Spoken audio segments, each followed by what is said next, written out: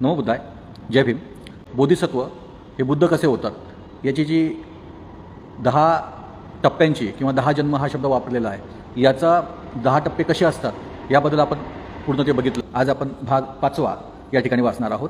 बुद्धाच्या पूर्वी काय परंपरा या भारतामध्ये चालू होत्या यावर त्याच्यामध्ये चर्चा केलेली आहे. तर त्याच्यामध्ये कोणते कोणते दर्शन होते आणि त्या दर्शनाचा इथे उहापोह केलेला आहे. तर आपण वाचायला सुरुवात करू. बुद्ध आणि वैदिक ऋषी. वेद हा एक मंत्राचा म्हणजेच ऋचा किंवा स्तोत्रांचा एक संग्रह आहे. या ऋचांचे उच्चार करतात त्यांना ऋषी म्हणतात. मंत्र म्हणजे इंद्र, वरुण, अग्नी, सोम, ईशान, प्रजापती, ब्रह्म, महिद्धी, यम इत्यादी देवतांचा केवळ धावा करणाऱ्या प्रार्थना होत. धावा म्हणजे शत्रूविरुद्ध सहाय्य करण्यासाठी धनप्राप्तीसाठी भक्ताकडून अन्न, मांस आणि मद्य यांचा नैवेद्य स्वीकारण्याची विनंती करण्यासाठी केलेली प्रार्थना होय. वेदामध्ये फारसे तत्वज्ञान नाही, परंतु असे काही वैदिक ऋषी होते की ज्यांनी तात्विक स्वरूपाच्या काही कल्पना मांडल्या होत्या.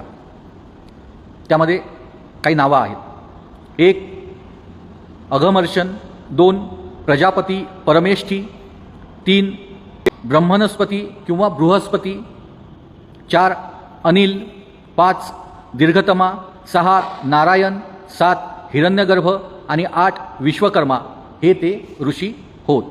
या वैदिक तत्ववेत्यांपुढील मुख्य समस्या पुढीलप्रमाणे होत्या. जग उत्पन्न कसे झाले, वस्तूंची निर्मिती कोणत्या पद्धतीने करण्यात आली, त्यांचे ऐक्य व अस्तित्व का आहे, निर्मिती कशी झाली आणि कुणाच्या आज्ञेने झाली, जग कशापासून निर्माण झाले आणि ते कुठे जाणार आहे. अधमर्षण म्हणतो की जग तपसपासून निर्माण झाले. तपस म्हणजे उष्णता. हे निर्मितीक्षम तत्व होय. त्यापासून अनाद्य अनंत असा नियम आणि सत्य याचा जन्म झाला. यांच्यापासून रात्र म्हणजे तमस उत्पन्न झाली. तमाने पाणी निर्माण केले आणि पाण्यापासून काळाची उत्पत्ती झाली. काळाने चंद्र आणि सूर्य, स्वर्ग आणि पृथ्वी, आकाश आणि प्रकाश यांना जन्म दिला आणि दिवस व रात्र यांची अवस्था निर्माण केली. ब्रह्मणस्पतीने असतपासून सतची उत्पत्ती होते असा सिद्धांत गृहीत धरला. त्याने असत या शब्दाचा अर्थ अनादी अनंत असा सांगितला. सत हे मूलतः असतपासून उत्पन्न होते. जे जे सत अस्तित्वात असलेले आहे, जे जे शक्य आहे आणि तरीही असत म्हणजे अस्तित्वात नसलेले आहे, त्या सर्वांचा असत हा मूलाधार आहे. प्रजापती परमेष्ठीने असतपासून सत निर्माण झाले काय या प्रश्नापासून सुरुवात केली. त्याचे म्हणणे असे की या प्रश्नाचा प्रस्तुत विषयाशी संबंध नाही. त्यांच्या मते अस्तित्वात असलेल्या सर्व वस्तूंचे मूळ पाणी हे होय. त्याच्या मते मूळ पदार्थ जे पाणी ते सत आणि असत यांच्या व्याख्येत बसत नाही. परमेष्ठीने जडत्व आणि चेतना यात भेद केला नाही. त्याच्या मते पाणी स्वाभाविक तत्वानुसार स्वतःचे रूपांतर विशिष्ट वस्तूंमध्ये करून घेते. त्या तत्वाला काम किंवा वैश्विक इच्छा असे नाव त्याने दिले.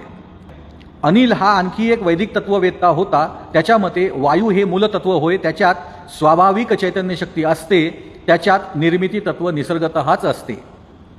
दीर्घतम याने सांगितले की सर्व प्राणी मात्र शेवटी सूर्यावर अवलंबून असतात. स्वतःच्या स्वाभाविक सामर्थ्याचा आधार असलेला आणि त्यावरच हालचाल करणारा सूर्य पुढे मागे सरकत असतो. सूर्य करड्या रंगाच्या पदार्थाचा बनलेला असतो आणि विद्युत व अग्नी ही देखील त्याचप्रमाणे बनलेली असतात. सूर्य, विद्युत व अग्नी हे पदार्थ पाण्याचे बीज होत. पाणी हे वनस्पतीचे बीज होय. याप्रमाणे दीर्घतम याचे विचार होते. नारायणाच्या मतानुसार पुरुष म्हणजे परमेश्वर हे पहिले जगतकारण होय. सूर्य, चंद्र, पृथ्वी, पाणी, अग्नी, वायू, अंतरिक्ष, आकाश, क्षेत्र, ऋतू, पक्षी व सर्व पशु, मानवाच्या सर्व जाती आणि सर्व मानवी संस्था यांची उत्पत्ती पुरुषापासूनच होते. तात्विकदृष्ट्या हिरण्यगर्भ हा परमेष्ठी आणि नारायण यांच्या मध्यभागी होता. हिरण्यगर्भ म्हणजे सुवर्णगर्भ म्हणजेच बीज. या विश्वाच्या महान शक्तीतूनच इतर सर्व शक्तींनी आणि ऐहिक व पारलौकिक जीवांची उत्पत्ती झाली. हिरण्यगर्भ म्हणजे अग्नी. सौरतत्व नावाचे या विश्वाच्या उत्पत्तीचे तत्व अग्नीपासूनच बनले आहे. अस्तित्वात असलेल्या सर्व वस्तूंचा मूल पदार्थ पाणी होय असे गृहीत धरणे आणि मग त्याच्यावर चैतन्य शक्तीचा आरोप करून त्यानुसार हे सर्व जग निर्माण झाले असा निष्कर्ष काढणे, या गोष्टी विश्वकर्म्याच्या दृष्टीने अगदी अपुऱ्या आणि असमाधानकारक होत. रूपांतराचे तत्व अंगभूत असलेले पाणी हा जर मूळ पदार्थ असेल तर पाणी अस्तित्वात कसे आले आणि त्याने आपल्यातील चैतन्य शक्ती, निर्मिती तत्व, भौतिक सामर्थ्य, नियम आणि इतर सर्व गोष्टी कशापासून अस्तित्वात आल्या, हा प्रश्न आपल्यापुढे शिल्लक राहतोच. विश्वकर्म्याचे मत असे होते की परमेश्वर ही चैतन्य शक्ती होय, परमेश्वर हाच प्रारंभी असतो आणि परमेश्वर हाच अंतीही असतो. तो दृश्य विश्वाच्या पूर्वीपासून आहे. सर्व वैश्विक शक्ती अस्तित्वात येण्यापूर्वी तो अस्तित्वात होता. ज्याने हे विश्व निर्माण केले आणि कार्यान्वित केले तो एकमेव परमेश्वरच होय. परमेश्वर एक आहे आणि एकमेव आहे, जो अज अर्थात जन्म नसलेला आहे, अज आहे आणि अस्तित्वात असलेल्या सर्व वस्तू त्याच्यातच वास करीत असतात. तो सर्वज्ञ आणि सर्व शक्तिमान असा आहे. तो निर्माता आणि संहार करता आहे. जनक म्हणून त्याने आपल्याला उत्पन्न केले आणि संहारक या नात्याने अस्तित्वातील सर्व वस्तूंचे भवितव्य त्याला माहीत आहे. बुद्धांना सर्वच वैदिक ऋषी आदरणीय वाटले नाहीत. फक्त 10 वैदिक ऋषींनाच त्यांनी अतिप्राचीन आणि मंत्राचे खरेखुरे जनक मानले. परंतु नैतिक पातळी उंचवणारे असे मंत्रामध्ये त्यांना काहीही आढळले नाही. त्यांच्या मते वेद हे ओसाड वाळवंटाप्रमाणे निरुपयोगी आहे. म्हणून ज्यापासून काही शिकता येईल असे मंत्रात काही नसल्यामुळे बुद्धांनी मंत्र बाजूला सारले. त्याचप्रमाणे वैदिक ऋषींच्या तत्वज्ञानात त्यांना काहीही आढळले नाही. सत्य प्राप्त करून घेण्यासाठी ते चाचपडत होते, परंतु ते त्या सत्याप्रत पोचले नाहीत. त्यांचे सिद्धांत म्हणजे तर्कशास्त्राचा किंवा वस्तुस्थितीचा आधार नसलेल्या केवळ कल्पना होत्या. तत्वज्ञानात त्यांनी जी भर घातली तिच्यामुळे कोणतीही सामाजिक मूल्ये निर्माण झाली नाहीत. म्हणून वैदिक ऋषींचे तत्वज्ञानही निरुपयोगी म्हणून त्यांनी ते अमान्य केले. हे जे 10 ऋषी होते, या 10 ऋषींनी जी काही मांडणी केली या मांडणीला काहीच आधार नाही. ते लॉजिकल बी आधार नाही आणि त्याला काही शास्त्रीय कारणं सुद्धा नाही आहेत. त्यामुळे तथागत गौतम बुद्धांनी या सगळ्यांचं म्हणणं जे आहे, या वैदिक ऋषींचं हे म्हणणं नाकारलं, सपशेल नाकारलं. पुढे काय, तत्ववेत्ता कपिल हे प्रकरण आहे, आपण हे वाचू. या प्रकरणामध्ये बुद्धांनी काय सांगितलं. तत्ववेत्ता कपिल. भारतवर्षातील प्राचीन तत्ववेत्यात कपिल हा अग्रगण्य होता. त्याचा तत्वज्ञानविषयक दृष्टिकोन अनन्य होता आणि तत्वज्ञ म्हणून त्याचे स्थान अद्वितीय होते. त्याच्या तत्वज्ञानाला सांख्य तत्वज्ञान असे ओळखले जाई. त्याच्या विचारातील मूलतत्वांचे स्वरूप थक्क करून टाकणारे होते. सत्याला पुराव्याचा आधार पाहिजे. सांख्य तत्वज्ञानाचे हे पहिले तत्व होय. पुराव्याखेरीज सत्य असू शकत नाही. सत्य सिद्ध करण्यासाठी कपिलाने सिद्धतेचे फक्त 2 मार्ग मानले. एक प्रत्यक्ष ज्ञान आणि 2 अनुमान. प्रत्यक्ष ज्ञान म्हणजे आपल्या समोरील वस्तूंचे आपल्या मनाला होणारे आकलन. अनुमान 3 प्रकारचे आहे. एक, कारणावरून कार्य ओळखणे, जसे ढगांच्या अस्तित्वावरून पावसाचे अनुमान काढणे. 2, कार्यावरून कारण ओळखणे, जसे दरीतून वाहणाऱ्या ओहोळाला पूर आल्यावरून डोंगरावर पाऊस पडत असल्याचे अनुमान काढणे. आणि 3, साम्य, जसे मनुष्य जेव्हा हालचाल करतो तेव्हा तो जागा बदलत असतो असे आपण अनुमान काढतो. त्याचप्रमाणे ज्या अर्थी तारे निरनिराळ्या ठिकाणी दिसतात त्या अर्थी त्यांना गती असली पाहिजे. त्याचे दुसरे तत्व सृष्टीच्या उत्पत्ती संबंधी होते. सृष्टीची उत्पत्ती आणि तिचे कारण. हे विश्व निर्माण करणारा तो कोणीतरी निर्माता आहे हा सिद्धांत कपिलाने अमान्य केला. त्याप्रमाणे मातीतून मडके तयार होते आणि सुतापासून कापड तयार होते, त्याचप्रमाणे उत्पन्न वस्तूंचे अस्तित्व पहिल्यापासूनच कारणात असते असे त्याचे मत होते. विश्व एखाद्या निर्मात्याने निर्माण केले हा सिद्धांत अमान्य करण्यासाठी पुढे कपिलाने केलेला हा पहिला आधार होय. परंतु आपल्या मताच्या पुष्ट्यर्थ त्याने इतरही काही आधार दिले आहे. असत हे कोणत्याही कृतीचा विषय होऊ शकत नाही. वास्तवतः नवे असे काहीच उत्पन्न होत नाही. सृष्ट वस्तू ही ज्या पदार्थापासून बनते त्यापेक्षा ती निराळी नसते. ती ज्या पदार्थापासून बनलेली असते त्या पदार्थाच्या स्वरूपात ती अगोदरपासूनच अस्तित्वात असते. अशा निश्चित पदार्थापासून केवळ निश्चित स्वरूपाचीच वस्तू तयार होऊ शकते आणि काही विशिष्ट स्वरूपाच्या पदार्थापासूनच विशिष्ट स्वरूपाचा पदार्थ निर्माण होतो. मग इंद्रिय गोचर विश्वाचे मूळ कोणते? कपिल म्हणतो, उत्क्रांत वस्तू म्हणजे व्यक्त आणि अनुत्क्रांत वस्तू म्हणजे अव्यक्त यांनी हे इंद्रिय गोचर विश्व बनले आहे. व्यक्त वस्तू या अव्यक्त वस्तूंचे मूळ असू शकत नाहीत. व्यक्त वस्तूंचा आकार मर्यादित असतो. व्यक्त वस्तूंचा आकार मर्यादित असतो आणि विश्वाच्या मुळाचे जे स्वरूप त्यांच्याशी तर ते विसंगत आहे. सर्व व्यक्त वस्तूंचे परस्परांशी काहीतरी साम्य असते आणि म्हणून एक दुसरीचे अंतिम मूळ आहे असे म्हणता येत नाही. शिवाय ज्या अर्थी त्या सर्व एखाद्या मुळापासून अस्तित्वात येतात त्या अर्थी त्या वस्तू स्वतः मूल घटक होऊ शकत नाहीत. नंतर कपिलाने असे विधान केले आहे की जरी कार्य हे कारणाने बनलेले असते तरीही ते कारणांपेक्षा निराळे असले पाहिजे. म्हणून विश्व हे अंतिम कारण असू शकत नाही. दुसऱ्या एखाद्या अंतिम कारणाचा तो परिणाम असला पाहिजे. अव्यक्त वस्तूचे प्रत्यक्ष ज्ञान का होऊ शकत नाही? तिच्या योगे तिचे प्रत्यक्ष ज्ञान होईल अशी किंवा इंद्रिय गोचर का होत नाही याचे कपिलाने पुढील प्रमाणे उत्तर दिले आहे. त्यांची कारणे निरनिराळी असू शकतात. एक असे कारण असू शकेल की याप्रमाणे ज्यांच्या अस्तित्वाबद्दल शंका नसते अशा वस्तूही प्रत्यक्षात दिसत नाहीत. त्याचप्रमाणे अव्यक्त वस्तूंच्या सूक्ष्म स्वरूपामुळे त्या इंद्रिय गोचर होत नसतील किंवा अतिशय दूर असल्यामुळे किंवा अतिशय सानिध्य असल्यामुळे किंवा तिसरीच एखादी वस्तू मध्येच असल्यामुळे किंवा तत्सदृश्य पदार्थाशी झालेल्या संकरामुळे किंवा एखाद्या अधिक तीव्र संवेदनेचे अस्तित्व किंवा निरीक्षकाचे अंधत्व किंवा त्याच्या ज्ञानेंद्रियाचा किंवा मनाचा एखादा दोष यामुळेही अव्यक्त वस्तू अदृश्य राहत असतील. याप्रमाणे अस्तित्वाबद्दल शंका नसते अशा वस्तूही दिसत नाहीत. अव्यक्त वस्तूंच्या सूक्ष्म स्वरूपामुळे त्या इंद्रिय गोचर होत नसतील. कपिलाला विचारण्यात आले की मग विश्वाचे मूळ कोणते? विश्वाचा व्यक्त भाग आणि अव्यक्त भाग यातील फरक कशामुळे येतो असे कपिलास विचारण्यात आले. कपिलाने उत्तर दिले, व्यक्त वस्तूंना कारण असते आणि अव्यक्त वस्तूंनाही कारण असते, पण दोहोंचेही मूळ मात्र कारणातील आणि स्वतंत्र असते. व्यक्त वस्तू संख्येने पुष्कळ आहेत आणि अवकाश व काल यांच्या बाबतीत मर्यादित आहेत. त्याचे मूळ एकच, शाश्वत आणि सर्वव्यापी. व्यक्त वस्तू क्रियाशील आणि सावयव असतात. सर्वांचे मूळ कारण सर्व वस्तूंमध्ये अंतर्भूत असते, म्हणून ते निष्क्रिय आणि एकसंग दिसते. कपिल म्हणतो की अनुत्क्रांत वस्तूंच्या विकासाची प्रक्रिया सत्व, रजस आणि तमस या तिच्या 3 घटकांमुळे घडत असते. यांना 3 गुण असे म्हणतात. माणसाच्या सुखाचे कारण होणाऱ्या आणि त्यांचा आविष्कार करणाऱ्या नैसर्गिक प्रकाशाशी यापैकी पहिल्या घटकाचे सादृश्य आहे. दुसरा घटक प्रवृत्ती किंवा क्रियाशीलता निर्माण करतो आणि तिसरा घटक जड असून तो नियमन करतो आणि निष्क्रिय व उपेक्षेची स्थिती निर्माण करतो.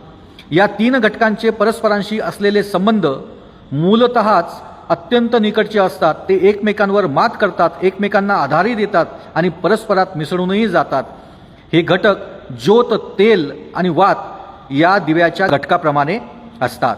जेव्हा या 3 गुणात समतोल असतो आणि एक दुसऱ्यापेक्षा वरचढ होत नाही तेव्हा हे विश्व अचेतन होते व त्याची उत्क्रांती थांबते. जेव्हा या 3 गुणांचा समतोल नसतो आणि एक दुसऱ्यापेक्षा वरचढ होतो तेव्हा हे विश्व सचेतन होते, त्याची उत्क्रांती सुरू होते. गुणांचा समतोल का जातो या विश्वाला उत्तर देताना कपिल म्हणतो की दुःखाच्या अस्तित्वामुळे या 3 गुणांचा समतोल बिघडतो. कपिलाच्या तत्वज्ञानातील हे असे सिद्धांत होते. सर्व तत्ववेत्यांपैकी कपिल मुनींच्या तत्वज्ञानाचा बुद्धावर फार मोठा प्रभाव पडला, ज्याची शिकवण तर्कशास्त्र आणि वास्तवता यावर आधारलेली आहे. असा कपिल हा एकच तत्वज्ञ असल्याचे बुद्धांना आढळून आले. तथापि कपिलाने सांगितलेल्या प्रत्येक गोष्टीचा स्वीकार त्यांनी केला नाही. बुद्धांनी कपिलाच्या फक्त 3 गोष्टी ग्राह्य धरल्या. 1. सत्य हे पुराव्याने सिद्ध झाले पाहिजे व क्रियेला बुद्धिवादाचा आधार असला पाहिजे हे त्यांनी मान्य केले पहिलं. दुसरं, देव अस्तित्वात आहे किंवा त्याने विश्व निर्माण केले हे गृहीत धरण्यास तर्कशास्त्राचा किंवा वस्तुस्थितीचा कोणताही आधार नाही हे त्यांनी मान्य केले. आणि तिसरं, जगात दुःख आहे हे त्यांनी मान्य केले. कपिलाच्या शिकवणीतील बाकीचा भाग आपल्या उद्दिष्टांच्या दृष्टीने अनावश्यक म्हणून त्यांनी सोडून दिला. ब्राह्मणे. वेदानंतरचे धार्मिक ग्रंथ ब्राह्मणे या नावाने ओळखले जातात. दोहोंनाही पवित्र ग्रंथ मानले जाते. वस्तुतः ब्राह्मणे हा वेदांचाच एक भाग होय. दोन्ही ग्रंथ सारख्याच महत्त्वाचे मानले जात असून त्यांना श्रुती या नावाने संबोधितात. ब्राह्मण तत्वज्ञान हे 4 सिद्धांतावर आधारलेले आहे. पहिला सिद्धांत असा की वेद हे केवळ पवित्र आहे असे नसून ते अचूक आहेत आणि त्यांचा अधिकार वादातीत आहे. ब्राह्मण तत्वज्ञानाचा दुसरा सिद्धांत असा आहे की योग्य ते वैदिक यज्ञ केले, धार्मिक विधी आणि समारंभ पार पाडले आणि ब्राह्मणांना दक्षिणा दिली तरच आत्म्याला मुक्ती मिळते, म्हणजे जन्ममरणाच्या फेऱ्यातून त्याची सुटका होते. वेदात सांगितलेली आदर्श धर्माचीच कल्पना ब्राह्मणांपाशी होती असे नव्हे, तर आदर्श समाजाविषयी ही त्यांची एक कल्पना होती. या आदर्श समाज रचनेला त्यांनी चातुर्वर्ण्य असे नाव दिले. चातुर्वर्ण्याची कल्पना वेदात सांगितलेली आहे आणि ज्या अर्थी वेद हे स्खलनातीत व वादातीत आहेत, त्या अर्थी समाज रचनेची चातुर्वर्ण्य पद्धतीसुद्धा बंधनकारक आणि वादातीत आहे. ही समाज पद्धती काही विशिष्ट नियमावर आधारलेली आहे. पहिला नियम असा की समाज 4 वर्णात विभागला जावा. 1 ब्राह्मण, 2 क्षत्रिय, 3 वैश्य आणि 4 शूद्र. दुसरा नियम असा की या वर्णात सामाजिक समता असू शकत नाही. वर्गवार विषमतेच्या नियमाने ते परस्परांशी बांधले गेले पाहिजेत. सर्वांच्या वर ब्राह्मण असले पाहिजेत, ब्राह्मणांच्या खालोखाल पण वैश्यांच्या वर क्षत्रिय, क्षत्रियांच्या खालोखाल परंतु शूद्रांच्या वर वैश्य आणि शूद्र हे सर्वांच्या खाली असले पाहिजेत. हक्क आणि अधिकार यांच्या बाबतीत या 4 वर्णात समानता असू शकत नव्हती. हक्क व अधिकार यांचा प्रश्न वर्गवार विषमतेच्या नियमावर आधारलेला होता. ब्राह्मणाला त्यांच्या इच्छेप्रमाणे हवे असतील ते सर्व हक्क आणि अधिकार असत, पण ब्राह्मणांना जे हक्क व अधिकार मिळत ते क्षत्रियाला मिळत नसत. त्याला वैश्यापेक्षा जास्त हक्क व अधिकार मिळत. वैश्याला शूद्रापेक्षा अधिक हक्क व अधिकार असत, पण क्षत्रियाला मिळणारे हक्क व अधिकार त्याला मिळत नसत. आणि शूद्राला तर अधिकार नव्हतेच, पण खास हक्क तर मुळीच नव्हते. 3 वरिष्ठ वर्णांना न दुखविता जगणे एवढाच त्याला हक्क होता. चातुर्वर्ण्याचा तिसरा नियम व्यवसायाच्या विभागणी संबंधी होता. अध्ययन, अध्यापन आणि धार्मिक विधी करणे हा ब्राह्मणांचा व्यवसाय होता. क्षत्रियांचा व्यवसाय लढाई लढणे हा होता. व्यापार हा वैश्यांवर सोपविण्यात आला होता आणि 3 वर्गांची सेवा करणे हा शूद्रांचा व्यवसाय होता. निरनिराळ्या वर्णांना दिलेले व्यवसाय हे खास त्या वर्णांसाठी होते. एका वर्णाच्या व्यवसायात दुसऱ्या वर्णाला शिरता येत नसे. चातुर्वर्ण्याचा चौथा नियम शिक्षणाच्या हक्कासंबंधी होता. चातुर्वर्ण पद्धतीने शिक्षणाचा हक्क ब्राह्मण, क्षत्रिय, वैश्य या पहिल्या 3 वर्णांनाच दिला होता. शूद्रांना शिक्षणाचा हक्क नाकारण्यात आला. चातुर्वर्णाच्या नियमाने शिक्षणाचा हक्क केवळ शूद्रांनाच नाकारण्यात आला नव्हता, तर ब्राह्मण, क्षत्रिय आणि वैश्य या वर्णातील स्त्रियांना देखील तो नाकारण्यात आला. आणखी एक 5वा नियम होता. या नियमानुसार माणसाचे आयुष्य 4 आश्रमात किंवा टप्प्यात विभागले गेले होते. पहिल्या आश्रमाला ब्रह्मचर्य म्हणत, दुसऱ्याचे नाव गृहस्थाश्रम असे होते, तिसऱ्याला वानप्रस्थ आणि चौथ्याला संन्यास अशी नावे होती. पहिल्या आश्रमाचे उद्दिष्ट अध्ययन व शिक्षण हे होते. दुसऱ्याचे उद्दिष्ट वैवाहिक जीवन जगणे हे होते. तिसऱ्याचे उद्दिष्ट वैराग्य जीवनाची म्हणजे गृहत्याग न करता कौटुंबिक बंध तोडून टाकणाऱ्या जीवनाची ओळख करून देणे हे होते. चौथ्या आश्रमाचे उद्दिष्ट माणसाला ईश्वराचा शोध घेण्यास व त्याच्यात विलीन होण्यास समर्थ करणे हे होते. या आश्रमाचे फायदे फक्त 3 वरिष्ठ वर्णाच्या पुरुषांनाच घेता येत असत. पहिला आश्रम शूद्र व स्त्रियांसाठी नव्हता. त्याचप्रमाणे चौथाही आश्रम शूद्र व स्त्रियांना वर्ज्य होता. चातुर्वर्ण्य नावाची अशी होती दिव्य आदर्श समाज रचना. तिला चातुर्वर्ण्य असे नाव देण्यात आले होते. ब्राह्मणांनी नियमाला आदर्शाचे स्वरूप दिले आणि कुठल्याही पळवाटा किंवा उणिवा न ठेवता तो आदर्श प्रत्यक्षात उतरविला. ब्राह्मण तत्वज्ञानातील चौथा सिद्धांत कर्मवाद होय. आत्म्यांच्या जन्ममरणाच्या फेऱ्याच्या सिद्धांताचा तो एक भाग होता. ब्राह्मणांचे कर्मवादाचे तत्वज्ञान हे पुनर्जन्म घेऊन जेव्हा आत्मा नव्या देहात प्रवेश करतो तेव्हा तो कुठे जातो या प्रश्नाला दिलेले उत्तर होय. यावर ब्राह्मणी तत्वज्ञानाचे उत्तर असे की आत्मा कुठे जातो हे माणसाच्या पुनर्जन्मातील कृत्यावर अवलंबून आहे. दुसऱ्या शब्दात सांगावयाचे म्हणजे ते त्याच्या कर्मावर अवलंबून असते. आत्मा कुठे जातो हे त्याच्या कर्मावर अवलंबून असते. ब्राह्मणी तत्वज्ञानातील पहिल्या सिद्धांताला बुद्धाचा तीव्र विरोध होता. वेद हे स्वखलनातीत आहेत, त्यांचा अधिकार वादातीत आहे असे त्यांचे म्हणणे भगवान बुद्धाने नाकबूल केले. त्याच्या मते निर्दोष व वादातीत असे काहीही असू शकत नाही. त्याच्या मते निर्दोष व वादातीत असे काहीही नाही. कोणत्याही गोष्टीची फेर तपासणी किंवा आणि फेरविचार करण्यास प्रत्यवाय नसावा.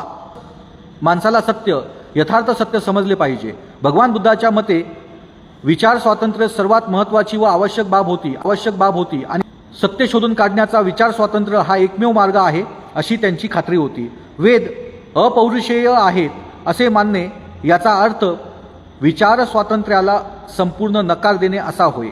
या कारणास्तव ब्राह्मणी तत्वज्ञानाचा सिद्धांत भगवान बुद्धांना दोषार्ह वाटला. ब्राह्मणी तत्वज्ञानातील दुसऱ्या सिद्धांतालाही त्यांचा तितकाच विरोध होता. यज्ञामध्ये काही तथ्य असल्याचे त्यांना मान्य होते, परंतु खरा यज्ञ आणि खोटा यज्ञ यात त्यांनी भेद केला. दुसऱ्यांच्या हितासाठी स्वहिताचा त्याग करणे हा खरा यज्ञ होय असे त्यांनी मानले.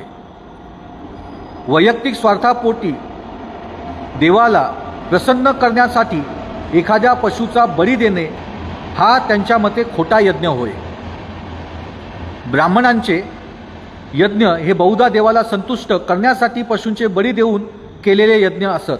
अशा यज्ञाचा खोटे यज्ञ म्हणून त्यांनी धिक्कार केला. आत्म्याच्या मुक्तीसाठी जरी असे यज्ञ केले तरीही त्यांना ते मान्य नव्हते. यज्ञविरोधी असलेले लोक ब्राह्मणांचा उपहास करून म्हणत, पशूंचा बळी देऊन जर एखाद्याला स्वर्गप्राप्ती होत असेल तर मग त्याने स्वतःच्या बापाचाच बळी का देऊ नये? स्वर्गात जाण्यात तो अधिक जलद मार्ग ठरेल. भगवान बुद्ध या विचारांशी अंतःकरणपूर्वक सहमत होते. यज्ञाचा सिद्धांत भगवान बुद्धांना जितका तिरस्करणीय वाटत होता तितका चातुर्वर्ण्याचाही सिद्धांत त्यांना नापसंत होता. चातुर्वर्ण्याच्या नावाने ब्राह्मणी धर्माने केलेली समाजरचना त्यांना नैसर्गिक समाजरचना वाटली नाही.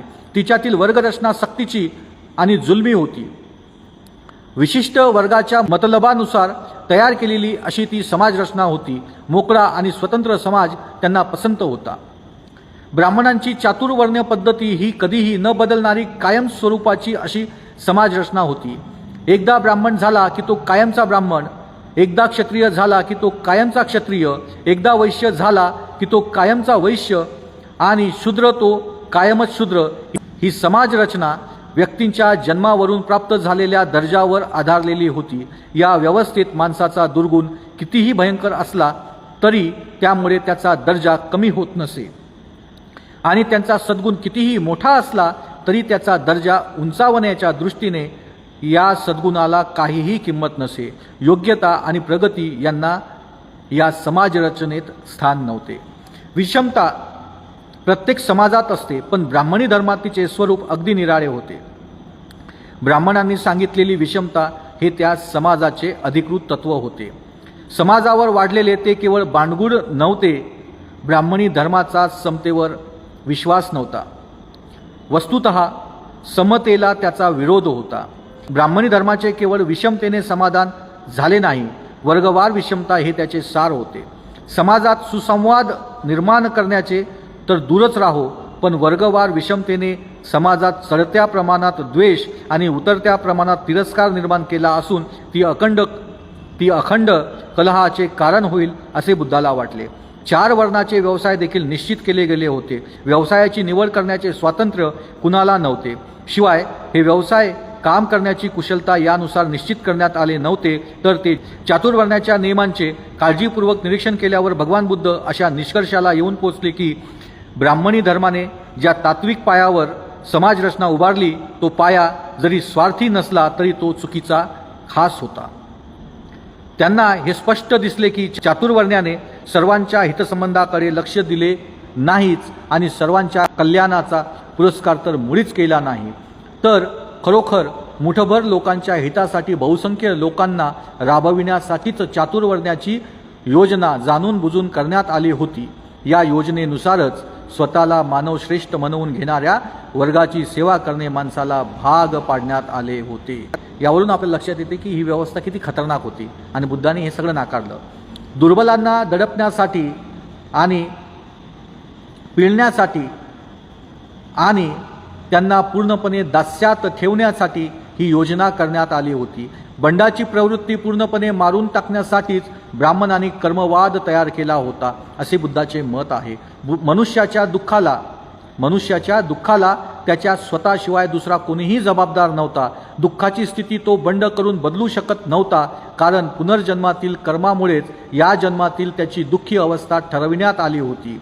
ब्राह्मण तत्वज्ञानाने ज्यांना माणुसकी पार नष्ट करून टाकली, ब्राह्मण तत्वज्ञानाने ज्यांची माणुसकी पार नष्ट करून टाकली होती त्या शूद्र आणि स्त्रिया या दोन वर्गांना या समाज व्यवस्थेविरुद्ध बंड करण्याचे सामर्थ्य नव्हते. विद्यार्जनाचा हक्क त्यांना नाकारण्यात आला होता. याचा परिणाम असा झाला की त्यांच्यावर लादलेल्या अज्ञानामुळेच आपली ही हीन अवस्था का झाली हे त्यांना कळत नव्हते. ब्राह्मणी धर्माने त्यांचे जीवन अर्थशून्य करून टाकले होते हे त्यांना समजले नव्हते. या ब्राह्मणी तत्वज्ञानाविरुद्ध बंड करण्याऐवजी ते त्याचे भक्त बनले व त्याचा पुरस्कारही करू लागले. शस्त्र धारण करणे हा आपले मानवी स्वातंत्र्य मिटविण्याचा शेवटचा उपाय आहे, परंतु शूद्रांना शस्त्र धारण करण्याचा हक्क नाकारण्यात आला होता. ब्राह्मणी धर्माच्या वर्चस्वाखाली स्वार्थी ब्राह्मण, सामर्थ्यवान व भयंकर क्षत्रिय आणि धनवान वैश्य यांच्या कटाचे बळी म्हणून शूद्रांना असहाय्य असे करून ठेवण्यात आले होते. अशा या समाज रचनेत बदल घडविणे शक्य होते काय? ही समाज व्यवस्था ईश्वर प्रणीत समजली जात असल्यामुळे ती बदलता येणे शक्य नाही हे बुद्धाला माहीत होते. ती फक्त नष्ट करून टाकणेच शक्य होते. या कारणासाठी खऱ्या जीवनमार्गाला विरोधी म्हणून ब्राह्मणी तत्वज्ञान बुद्धाने अमान्य केले. तर अशा प्रकारे तथागत गौतम बुद्धाने ब्राह्मणे ज्या आहेत, ही ब्राह्मणी व्यवस्था ही या पद्धतीने नाकारली. आपण या ठिकाणी बघितलं की 5 तत्वांवर ही ब्राह्मणी व्यवस्था उभी होती. व्यवसाय असेल, शिक्षण असेल, अधिकार असतील आणि यज्ञ करण्याची म्हणजे त्यांना असलेले अधिकार, असे जे 5-6 अधिकार होते या आधारावर त्यांनी स्वतःचं वर्चस्व निर्माण केलं होतं आणि म्हणून बुद्धाने ते नाकारलं. बुद्धाला ही व्यवस्था समतावादी वाटत नव्हती. ती स्वतंत्र विचार करू शकतील लोक अशी ही व्यवस्था नव्हती. आणि म्हणून याच्यामध्ये एक वाक्य फार महत्त्वाचं आहे. ते असं म्हणजे हे अंडरलाईन करण्यासारखे महत्त्वाचे 2 वाक्य आहेत की मनुष्याच्या दुःखाला त्याच्या स्वतःशिवाय दुसरा कुणीही जबाबदार नव्हता. दुःखाची स्थिती तो बंड करून बदलू शकत नव्हता, कारण पुनर्जन्मातील कर्मामुळेच या जन्मातील त्याची दुःखी अवस्था ठरविण्यात आली होती. म्हणजे त्याच्यामुळे तो विचारच करू शकत नव्हता आणि विचारच करू शकत नव्हता म्हणजे तो स्वतःची सुटका यातून करूच शकत नव्हता. असं ते त्यांनी निर्माण केलं होतं सगळं चातुर्वर्ण्य व्यवस्था. दुसरं एक महत्त्वाचं वाक्य जे आपण आपल्या डोक्यात कायम ठेवणं गरजेचं आहे ते म्हणजे या समाज रचनेत बदल घडविणे शक्य होते काय? ही समाज रचना ईश्वर प्रणीत समजली जात असल्यामुळे ती बदलता येणे शक्य नाही हे बुद्धाला माहीत होते आणि म्हणून ती फक्त नष्ट केली पाहिजे. ही जी ब्राह्मणी व्यवस्था आहे ही बदलवणे शक्य नाही, ती नष्टच केली पाहिजे. आणि म्हणून डॉक्टर बाबासाहेब आंबेडकरांनी संविधानाच्या माध्यमातून ती व्यवस्था नष्ट केलेली आहे. हे बुद्धाचं जे विचार आहेत, वाक्य आहेत, हे बाबासाहेबांनी या ठिकाणी पूर्ण केले आहेत. उपनिषदे आणि त्यांची शिकवण. उपनिषदे हे वाङ्मयातील वेगळ्या प्रकारचे ग्रंथ होत. उपनिषदे वेदांचा भाग नव्हेत. कोणताही धार्मिक कायदा यात सांगितलेला नाही. असे असूनही उपनिषदे हा धार्मिक वाङ्मयाचा एक भाग झाला. उपनिषदांची संख्या बरीच मोठी आहे. त्यातील काही महत्त्वाची आहेत, काही मुळीच महत्त्वाची नाहीत. त्यापैकी काही उपनिषदे वैदिक सिद्धांती ब्राह्मण पुरोहित यांच्या विरुद्ध असल्याबद्दल गणली जात. वैदिक अभ्यास म्हणजे अज्ञान व अविद्या यांचा अभ्यास होय. याविषयी सर्वांचे एकमत होते. 4 वेद आणि वैदिक शास्त्रे यांचे ज्ञान हे हलक्या दर्जाचे ज्ञान होय, याविषयी या सर्वांचे एकमत होते. वेद हे ईश्वर निर्मित आहेत हे अमान्य करण्यात त्यांचे एकमत होते. यज्ञ व त्याचे फल, आहुती आणि ब्राह्मणांना द्यावयाची दक्षिणा या ब्राह्मणी तत्त्वज्ञानातील मूलभूत गोष्टींना चिटकविण्यात आलेले सामर्थ्य नाकारण्याच्या बाबतीत त्या सर्वांचे एकमत होते. तथापि उपनिषदांचा हा काही मुख्य विषय नव्हता. त्यांनी केलेली चर्चा ब्रह्म व आत्मा यांच्यावर केंद्रित झाली आहे. विश्वाला बंधनात ठेवणारे ब्रह्म हे सर्वव्यापी तत्व असून आत्म्याने परमात्म्याचे ज्ञान करून घेण्यातच आत्म्याची मुक्ती आहे. उपनिषदांचा मुख्य सिद्धांत असा की ब्रह्म हे सत्य आहे आणि आत्मा म्हणजे ब्रह्मच होय. उपाधीत गुंतल्यामुळे आत्म्याला मी ब्रह्म आहे याची जाणीव होत नाही. प्रश्न असा होता की ब्रह्म हे सत्य आहे काय? उपनिषदांचे सिद्धांत मान्य करावयाचे की नाही हे या प्रश्नाचे उत्तरावर अवलंबून होते. ब्रह्म हे सत्य आहे हे सिद्ध करणारा कोणताही पुरावा बुद्धाला मिळाला नाही, म्हणून उपनिषदांचे म्हणणे त्यांनी अमान्य केले.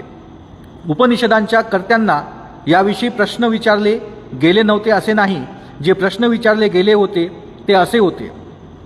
अशा प्रकारचे प्रश्न याज्ञवल्क्यासारख्या महर्षीला विचारण्यात आले होते. बृहदारण्य कोश निषेधात याज्ञवल्क्याने महत्त्वाची कामगिरी बजावली आहे. त्याला विचारण्यात आले, ब्रह्म म्हणजे काय, आत्मा म्हणजे काय?